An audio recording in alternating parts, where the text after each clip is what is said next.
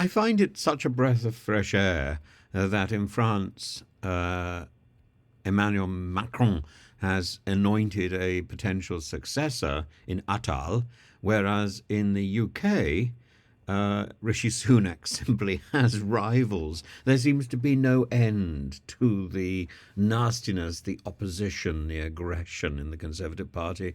And what is so extraordinary is this is seen as a badge of honour, as something that is positive. There is so much effort doing the infighting that there isn't really the time to put the energy, that same energy which goes into knifing your neighbour in the back, doesn't really come to play when you're dealing with the terrible issues which beset our country.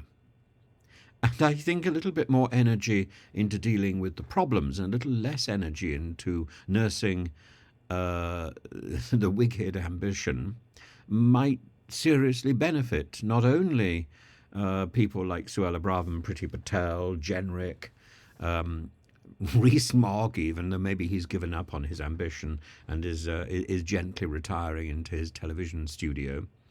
But really, this idea that a ferocity with your fellow Conservatives and ferocity with your fellow politicians is the thing that hones your skill. No, it doesn't hone your skill, it tires you out.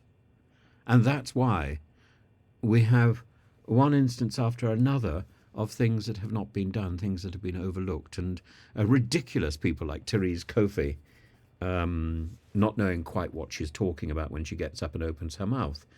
For goodness sake, it was bad enough that she didn't do enough when she was minister in terms of sewage, except for discharge. Now she stands up and she doesn't seem to know the capital city of Rwanda. I know it's very easy to get the capital city and the president confused. They both begin with K. I've done it myself. But there was something very uncomfortable listening to her cajoling the Labour Party for not talking about Rwanda.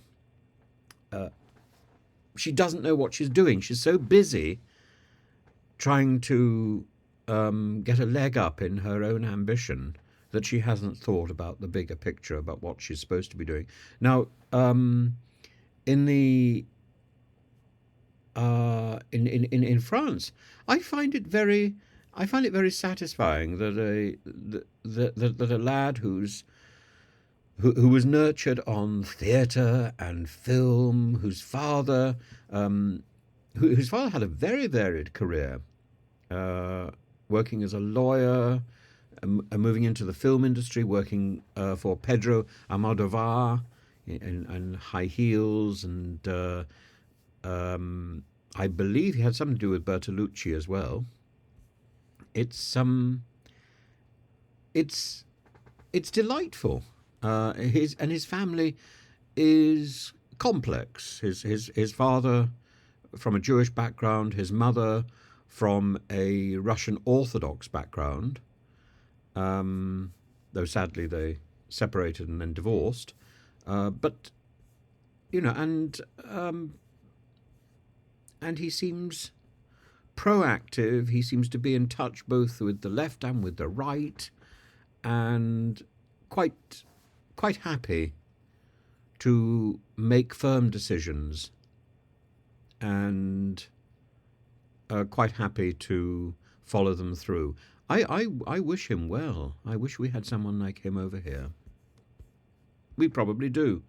They just have been eclipsed by the magnitude of twits like Therese Coffey.